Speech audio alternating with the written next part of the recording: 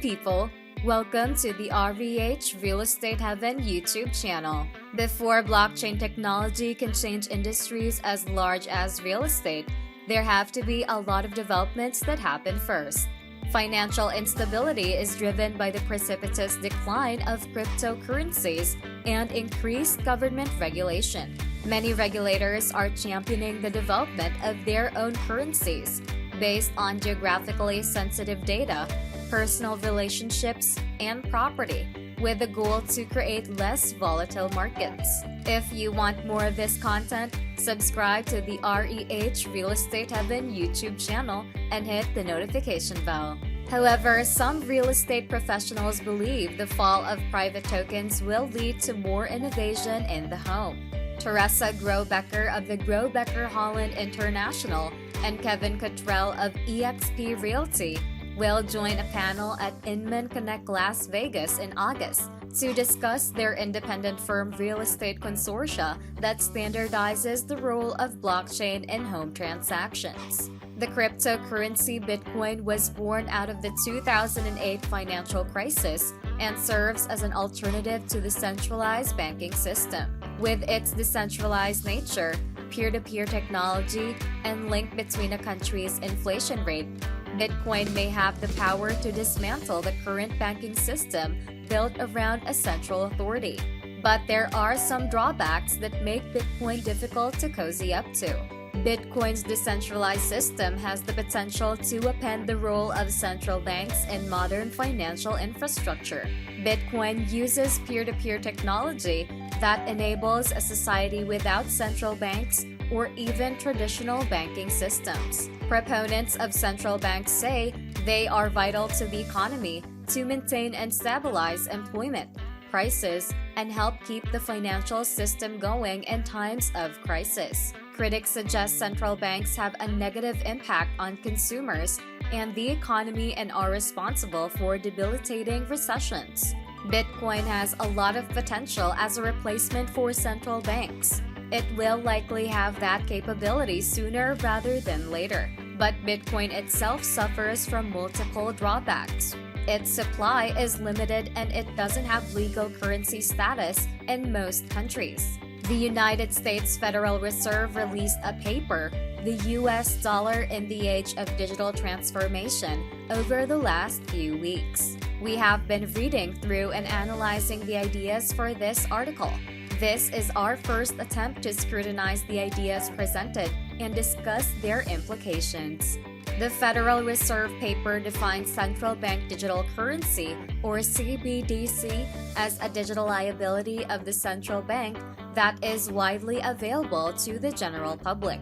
The Fed appears less than enamored with properties of paper money when it's presenting ideas around the implementation of CBDC.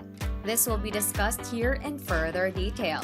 In the mind of the Fed, central bank digital currencies, or CBDCs, would serve the US by being privacy protected, fully traded on decentralized markets, and highly transferable. Many would agree that privacy protection is important, but many would also agree that intermediation is not. There is not enough evidence that intermediation has any benefits to consumers or businesses. It causes inefficiencies due to it being an intermediary layer. Moreover, it is proven that intermediation can give arbitrage opportunities to the intermediary.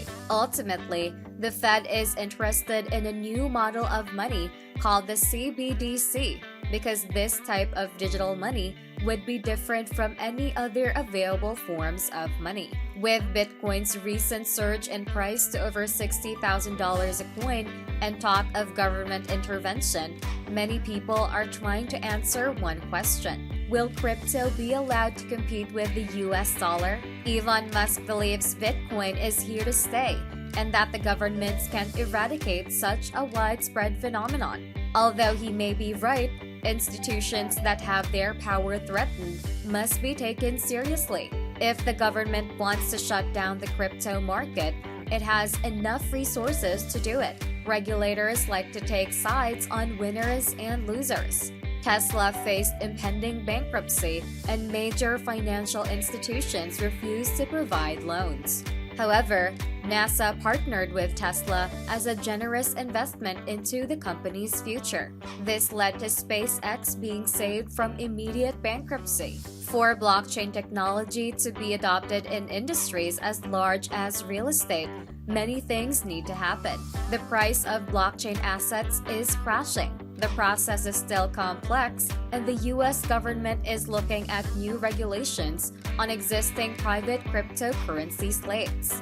Furthermore, it's even considering its own alternatives to Bitcoin in that light. Nonetheless, some experts in the real estate industry believe that by reducing the number of private tokens, it may speed up the process of finding sweet products, which could revolutionize property transactions. Teresa Grobecker, a corporate associate at Grobecker Holland International, is scheduled to join the next panel, and Kevin Cottontrell of eXp Realty will participate as well. In MenConnect Las Vegas in August, the corporate employees discussed their efforts to standardize the role of blockchain in housing transaction with ours. These three executives with deep experience in the real estate industry join us for a video call ahead of next week's Inman Real Estate Conference to give us some insight. Because this video discusses a rapidly evolving area, let's address some terms. Blockchain is a distributed digital ledger of transactions, which cannot be changed because it is decentralized. Blockchain has been deployed to revolutionize various fields like the cryptocurrency and the non-fungible token economies. Non-fungible tokens exist uniquely on the blockchain, changing ownership when they are sold. They often represent digital or real-world assets that can be bought and sold through an LLC tied to a specific non-fungible token. For example, NFTs have been used to purchase real estate properties by tying ownership of the property to a specific NFT token. When the NFT is sold or traded, then so is the LLC or computer system associated with it.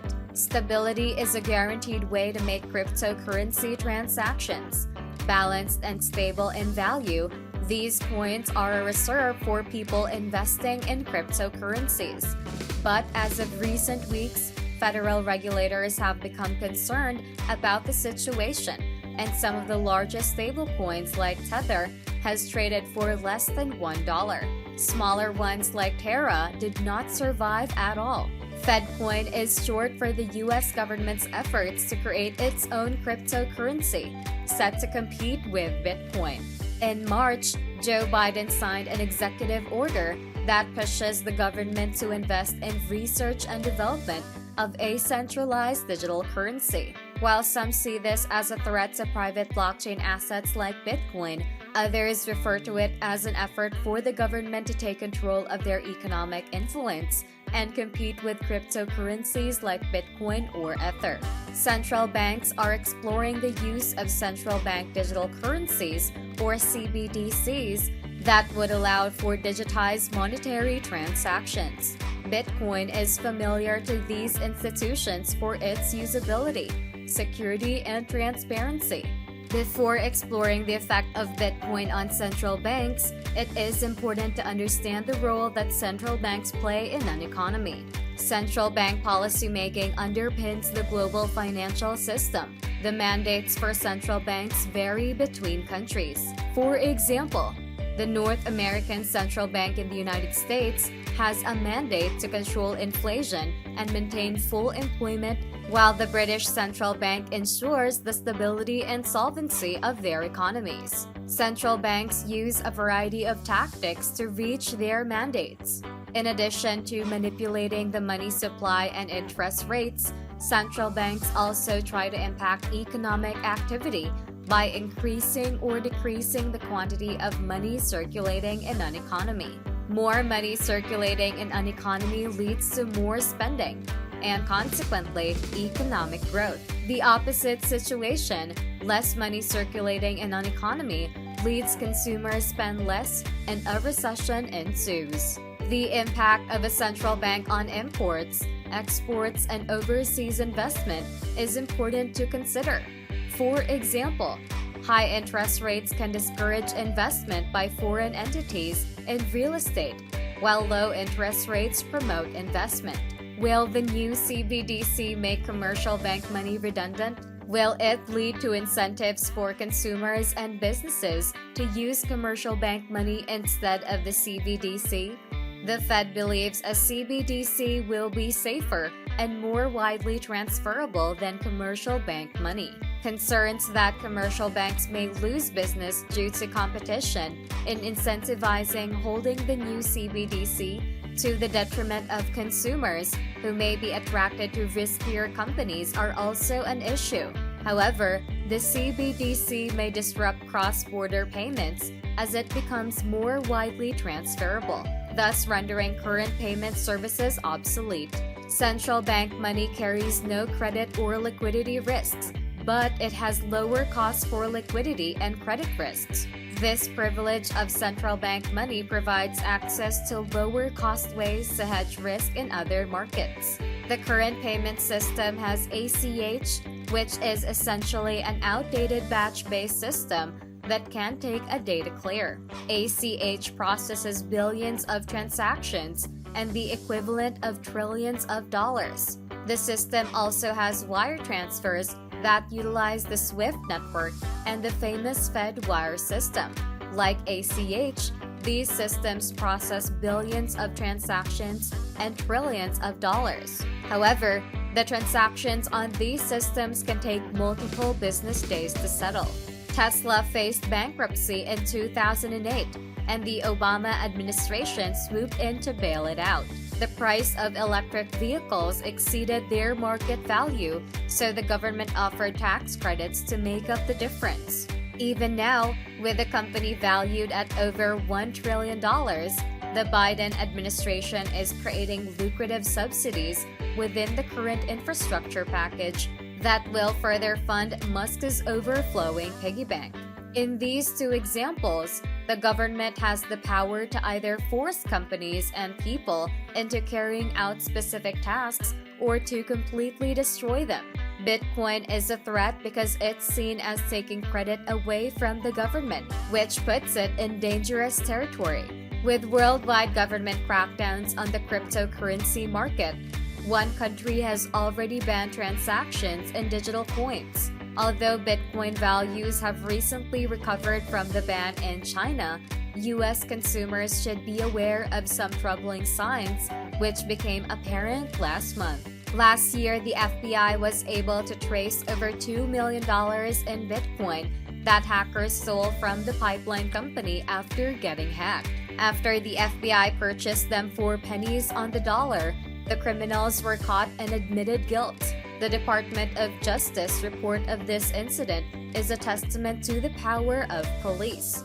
Question: one of the key goals of blockchain technology is to spark a revolution in how connecting home buyers and sellers occurs. Can the real estate market work its way into the picture? Stephen Globecker, CEO of Real Estate Standards Organization, made the ambitious pledge of making 2018 the year that the industry pushes harder in developing a business model that's transparent and fair, not only to consumers but also to their agents. A non-fungible token would be placed on a property.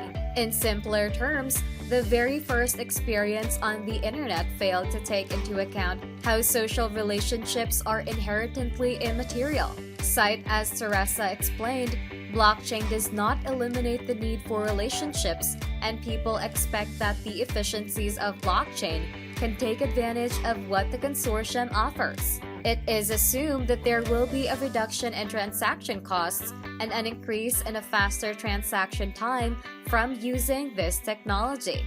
But it doesn't break that connection between parties. Furthermore, we can provide our own private blockchain for all parties involved. The public portions of this blockchain will still exist, so it doesn't change much in reality. Question: one use of blockchain is to host a public database of home listings and transactions. What other businesses are you describing? And how far are we from seeing the actual implementation? While there was some fear at first for a platform that would be different from what is already known, people are now showing interest in creating a blockchain version of the MLS consortium. The goal of the consortium is to provide data and information related to housing in one place. How many consortia's revenue is as a store of information versus revenue from educational purposes for entities about the blockchain. Grow Becker, blockchain as a technology enables so many doors to open, and all of a sudden, we as practitioners are now dealing with things that have never been on our radar before. So we now have to understand the convergence of SEC laws. We have to know the U.S. Treasury Department financial crimes that touches on anti-money laundering laws and know your customer rules. Now we have to say, here's someone's crypto wallet. Oh, by the way, where's this money coming from? Is it coming from the dark web and the Silk Road? Or is this legitimate funds from someone's legitimate wallet? We have to know, are we selling real estate now, or are we selling an SEC-regulated security?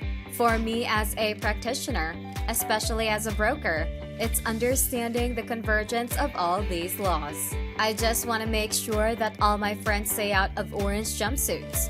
It's really important that they're all like, okay, these are the laws. Here's how I stay in my lane and I don't get in trouble. There have been a number of recent major price drops in cryptocurrencies, particularly the ones that represent NFTs. Do you think this will affect the timeline for the further adoption of blockchain technology and real estate? Is it a setback? Grow Becker. Forward, actually, and at a rapid clip. And the idea here is that crypto is merely a testing ground for a Fed coin that's going to be rolled out. And when this project started, that was very conspiracy theory-esque. But the government has since announced that they're working on Fed coin. Moreover, in the last couple months, the SEC said they were going to regulate stablecoins. They were going to investigate them, right? And immediately thereafter, stablecoins start to crash. From there, everything starts unwinding as far as the validity of crypto. And this is actually a beautiful thing. The SEC and the federal government really cracking down is good for the consumer. Them fleshing this out is good for the consumer. It's also hardening that will become Fedcoin and what will become the one or two winners in the actual stablecoin space. So I think everything just moves faster from here in a legitimate legal way. Cottrell. I think there is a lot of confusion where people want to equate blockchain with crypto. And that's becoming clear that blockchain is the infrastructure. It's the ledger, if you will. It's immutable. That is going to be the infrastructure that moves forward. We may lose 90% of the crypto projects. It should remind you of 1999. Over 1999 and 2001, so much went away in the internet infrastructure. I expect the same thing's going to happen to crypto. That's it for this video, Real Estate Heaven fan. Remember to subscribe to our channel. And if you feel like we've delivered value, please share this video with one person. That's right, just one person. As a token of your appreciation for the hard work we put into making content that educates and helps you on your mission of building your own fortune. Remember, you can watch video after video, but it isn't until you actually take action that you'll start to see results. See you soon.